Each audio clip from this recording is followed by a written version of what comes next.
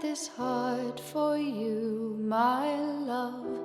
There's a place inside this heart, my love, my love, my love, my love, my love, my love, my love. There's a place inside this home.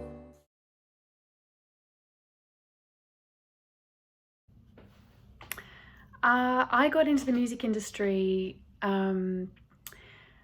because so basically I came from a more classical history. So I studied classical singing at university in Australia, and then I came over to London and I studied musical theatre. So it's actually only been in the last 5 years that I've actually started working in the music industry. And it all came about because I've always written my own music, and it's always been something that I do, but I never really had the confidence to, I guess, pursue it as a real career. And then I had this experience where my marriage visa was refused and I was stuck in Australia. My whole life got put on hold. I was separated from my husband, Nick, for nearly 2 years. And I think it made me very aware of what was really important to me, and what that is being able to express myself. And the way that I express myself is through my music. So yeah, I decided to venture forth. I don't know, that's a weird way to say that. But I decided to actually start putting my own music out there with Nick, who's my beautiful husband. And so we write together and we perform together, and yeah, so that is how I got into the music industry, I guess. Yeah.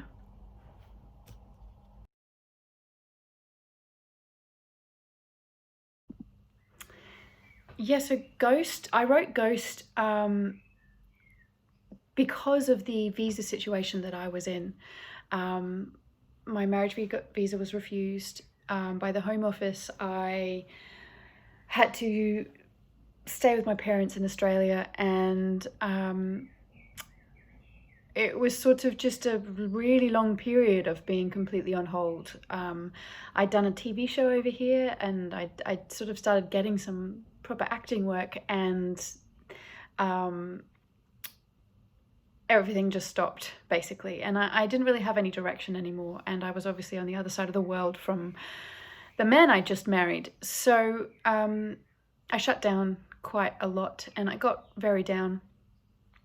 Anyone who has been in a visa situation knows the toll it takes on your mental health. And I mean, I know my situation was nothing compared to what some people go through, but it was awful.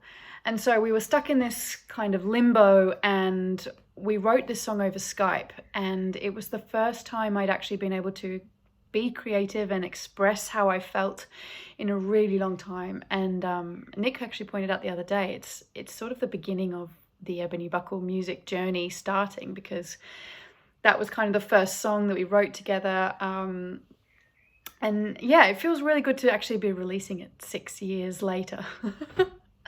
It just took us a little bit of time. Yeah.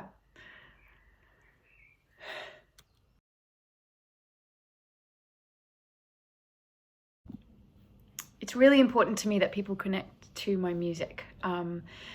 This song was written about a very specific thing that happened to me, but I know there are a lot of people out there who go through similar things, and I really hope it resonates with them, because I know I personally use music to kind of process or feel things that I don't quite feel like I can express myself, if that makes sense. I think, you know, when you hear a song and it just makes sense to you and it's exactly how you feel, even though you have no idea why the other person had written the song. Yeah, and I really love getting feedback from people that it meant a lot to them. Someone recently said that coming to one of my shows is like stepping into a parallel universe where I've just basically made up many different characters and stories and things. And I love that idea of having this kind of thing that people can step into and be like, oh wow, look, mermaids and selkies and raptors and aliens, and also very sad songs about bureaucracy. Yeah, so I think that answered the question. Sorry, my brain sometimes powers down for a little bit. But yes, my answer is yes. It's really important for me to be able to connect with people. I've actually just started, this year, I started my own Patreon platform, which is where people can subscribe to me monthly, and they kind of join this like Ebony Buckle world where I share new music and poetry and general thoughts and new songs from the album that we're recording. And what I really want is to create a community around my music of people who like it and, you know, who feel like they can be part of it as well.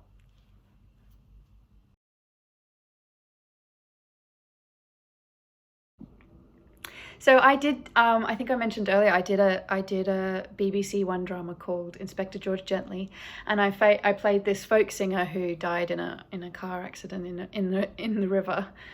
I didn't mean to laugh. It was sad. It was very sad when I died. I played this folk singer, and I sang 2 folk songs in the episode. And since then, people have been finding me, because whenever the show airs, they look me up, because I think the songs are so beautiful. It's Silver Dagger, which is Joan Baez. It's a traditional song, but Joan Baez is probably the most famous person who performed it. And it's a song called Maddie Groves as well. And yeah, I think people really liked it and they found my music, and I've got some really wonderful followers. Some people who found my music back then when it aired are actually now some of my patrons, and yeah, they're great. So yeah, I mean that had a huge effect on me getting my music out there. It came at the time just before my marriage visa was refused, so it was tricky for me acting wise, because it kind of put a stop on any maybe trajectory I would have had. I could have been playing many other musicians who died in mysterious ways, but yeah, so that's been a really fun, it was the most incredible experience. I worked with Roger Lloyd Pack, James Norton, Nick Hendricks, so yeah, it was a very special time.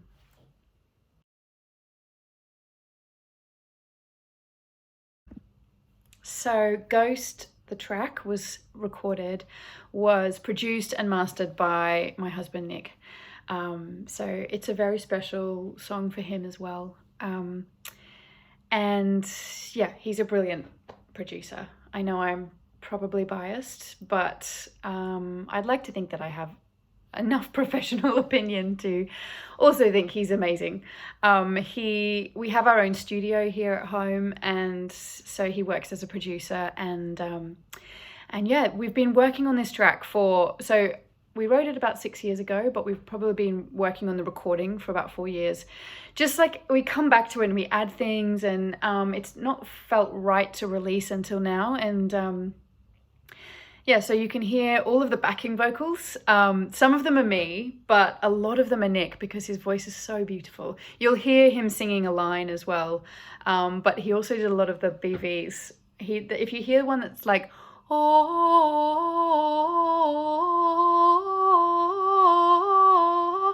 it's so stunning, and that was all him, because we worked out that his breath control is insane compared to mine, so he could just do like take after take of these incredible long held notes, and then there's some violin on there at the end, which I'm proud to say was me. Definitely took me a bit longer to record that because I hadn't practiced for a while. So yeah, it's all us basically. Nick did all the instrumentation, and yeah, that's there's some ghost whispering in there, I think. And then we've got the music video, which is out, and that was was really special to do. So I filmed that with my brother Finn, who flew over from Australia to film music videos with me. Basically, we had 2 weeks, and we also did Susan, which is my last track, where I dress up, and with my best friend I made him dress up as a dinosaur and we danced around London. So it's a very different vibe, but we did this all in the same week. And yeah, Ghost is it's been, if I'm honest, I was terrified to put it out there, and it's probably taken me longer than it needed to, because it's very raw and it's very vulnerable, and it's just, you know, when you look at yourself being emotional and you're kind of like, oh, do we have to? But I guess when we filmed it, it was kind of like we were reliving that whole time. And so the emotions are really genuine. And by the end of the day, it almost felt like we'd been able to let go of the whole experience a little more, because it's not just that period that you have that thing happen to you. It's the years after, where you try to get your life back, and you try to sort of build together again a life and work out who you are after all of that. I sound dramatic, sorry.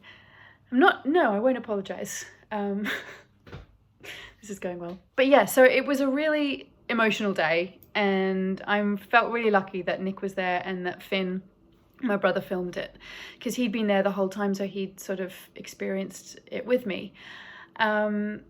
And yeah, I guess I just wanted to be really honest about what it feels like to be depressed and stuck and feel like the rest of the world is going on without you. Because I know a lot of people go through that in their lives, and especially at the moment, I think the world is kind of in a bit of a holding pattern itself. So yeah, I hope it resonates with some people. Yeah.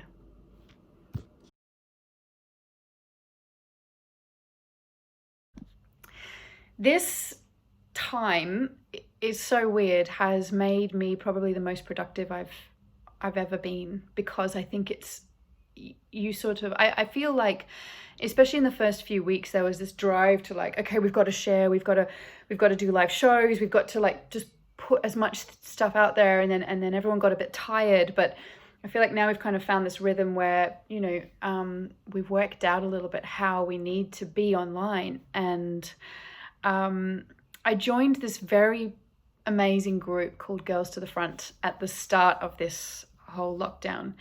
And it was set up by this beautiful woman called Harriet, and she runs events called the Secret Sessions in London. And basically it's for female musicians, and we all get together twice a week on Zoom, because who isn't on Zoom now? And we present our work, we tell each other, you know, we give each other advice, we share stories, and then we hear from industry professionals come into our Zoom meetings and give us so much incredible advice. So it's actually been very motivating. And because I'm doing Patreon, I kind of have no choice but to just keep going, because I have stuff I have to do for Patreon. I have to do a live show every month. I have to do a poem every week. I have to, you know, I share all the new songs I've written. So it's made me, I'm doing a lot of writing at the moment, and I've sort of found my day, I'm getting a little bit more of a routine, which is nice, where I do writing in the morning, and then sort of do my admin, I do exercise, I do that kind of thing. And then in the evenings we do recording, because we're also recording an album. So it's actually given us both time to sit down and get more tracks recorded. So yeah, I think we're definitely making the best of it. Obviously there are days when I don't want to get out of bed, but yeah, for the most part I've been really busy, and yeah, I'm very grateful that I've got all this stuff going, and I've got my lovely Patreon people, and we've been doing live streams. We had one last week, and we've got one coming up on the 20th of June. We're going to be working with Choose Love to raise money for them. So yeah, we've got a lot of stuff coming up, and I go to about 2 or 3 kind of seminars every week on different aspects of getting your music out there. So yeah, it's been a busy time. I'm learning a lot, but I think that's that's good. I think it's good to always learn and try to keep going forward.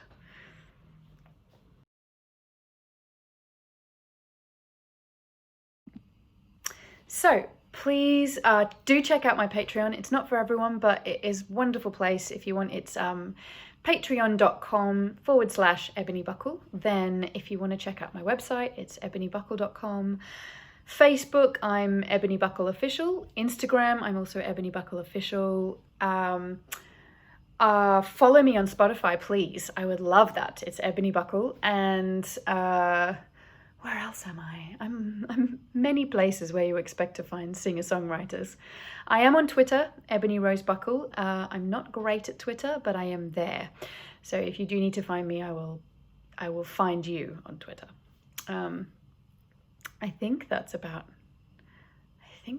everything. You can join my mailing list if you would like, and you can find that link on my Facebook and also on my website as well. I send out little updates about my music, about my gardening, which is a new hobby that I have started. I've been growing vegetables. It's a very exciting time. I've been talking a lot to my vegetables, giving them words of encouragement, and I'm hoping that's helping. Yeah, where else am I? I feel like that's everywhere. Oh, YouTube, Ebony Buckle Official as well.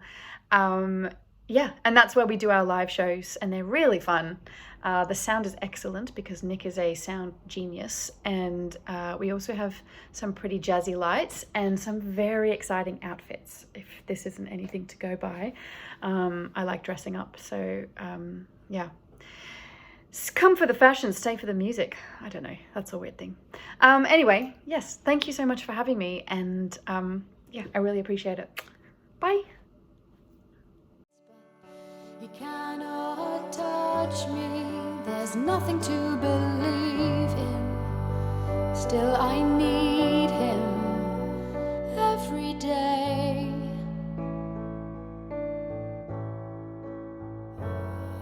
And I keep my hope in a jar by the door, and I pray